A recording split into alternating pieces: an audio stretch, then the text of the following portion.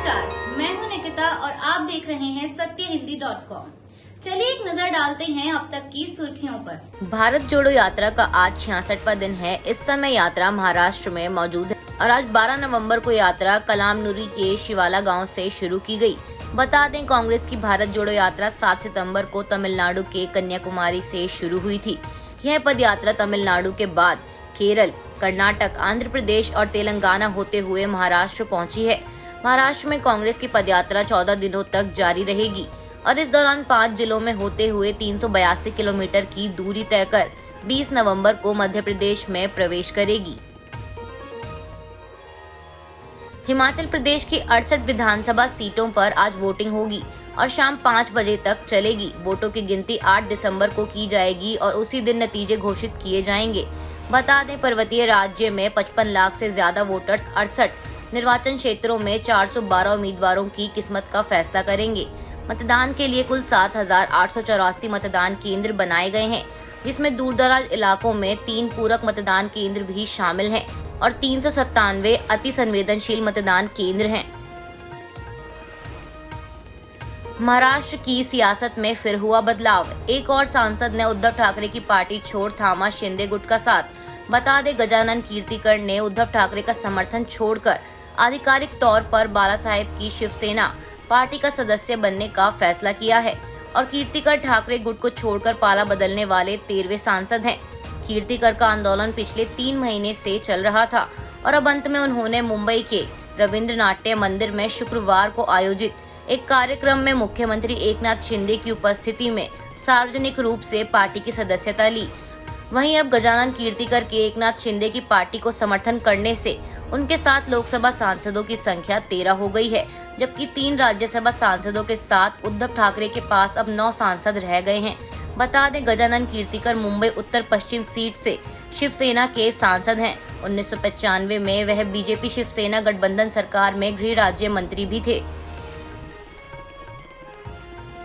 ठगी के मामले को लेकर जेल में बंद सुकेश चंद्रशेखर ने शुक्रवार को आम आदमी पार्टी और उसके संयोजक अरविंद केजरीवाल को लेकर एक और चिट्ठी लिखी है।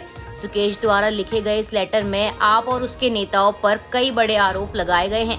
सुकेश ने आरोप लगाया है कि केजरीवाल सरकार ने न्यूयॉर्क टाइम्स, वॉशिंगटन पोस्ट जैसे अखबारों में दिल्ली के सरकारी स्कूलों के विज्ञापन पर $85,000 देकर इंटरनेशनल PR के जरिए पेड न्यूज छपवाई। इसके साथ ही इस चिट्ठी में सुकेश ने कहा है कि उसने अभी तक जो भी बयान सत्येंद्र जैन और अरविंद केजरीवाल को दिए हैं, उनका पॉलीग्राफी टेस्ट करा लिया जाए।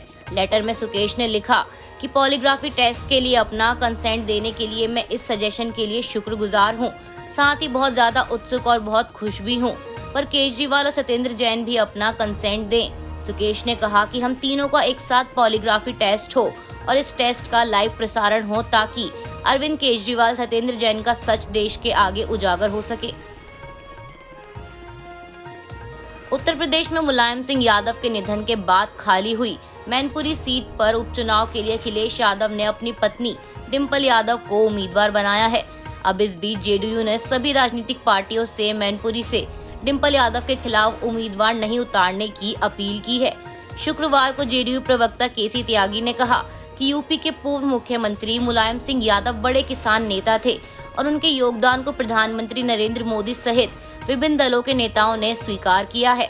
हमने समाजवादी पार्टी को अपना समर्थन देने का निर्णय लिया है। हम भारतीय जनता पार्टी और बहुजन समाज पार्टी सहित सभी दलों से चुनाव नहीं लड़ने और डिंपल यादव का समर्थन करने की अपील करते हैं। यह मुलायम सिंह यादव को सच्ची श्रद्धांजलि होगी। वहीं असदुद्दीन ओवैसी की AIMIM ने उपचुनाव में तीनों सीटों पर उम्मीदवार नहीं उतारने का ऐलान किया है और नगर निकाय चुनाव लड़ने की बात कही है। बता दें, यूपी की मैनपुरी, रामपुर और खतौली विधानसभा सीटों पर उपचुनाव होना है।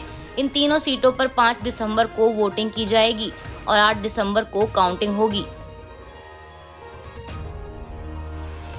दिल्ली में होने वाले MCD चुनाव के लिए आम आदमी पार्टी ने अपने उम्मीदवारों की पहली लिस्ट जारी कर दी है। पार्टी ने अपनी पहली लिस्ट में 134 वार्डों से उम्मीदवारों की घोषणा की है। ये जानकारी पार्टी के ऑफिशियल ट्विटर हैंडल के जरिए ट्वीट कर दी गई है।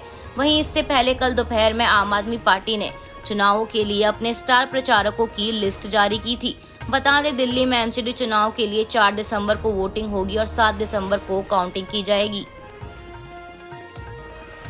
महाराष्ट्र के पूर्व मंत्री और शिवसेना उद्धव बालासाहेब ठाकरे नेता आदित्य ठाकरे शुक्रवार को कांग्रेस की भारत जोड़ो यात्रा में शामिल हुए। इस दौरान उन्होंने राहुल गांधी के साथ मार्च किया। बता दें, आदित्य ठाकरे महाराष्ट्र के हिंगोली में इस पदयात्रा में शामिल हुए।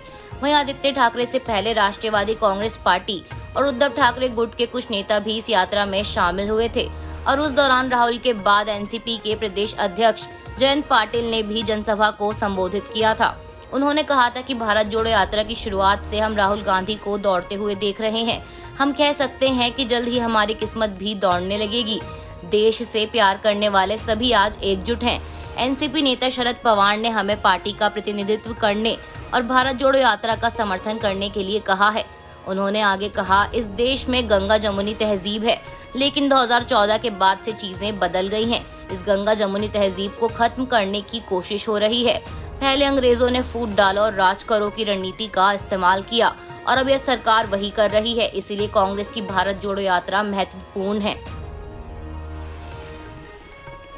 श्रीलंका के प्रतिबंधित आतंकी संगठन लिबरेशन टाइगर ऑफ तमिल इलम यानी लिट्टे, जिसने 90 के दशक में श्रीलंका में उथल-पुथल मचा रखी थी, वही लिबरेशन टाइगर्स ऑफ तमिल इलम की तर्ज पर तमिलनाडु को आतंक में झोंकने की तैयारी थी।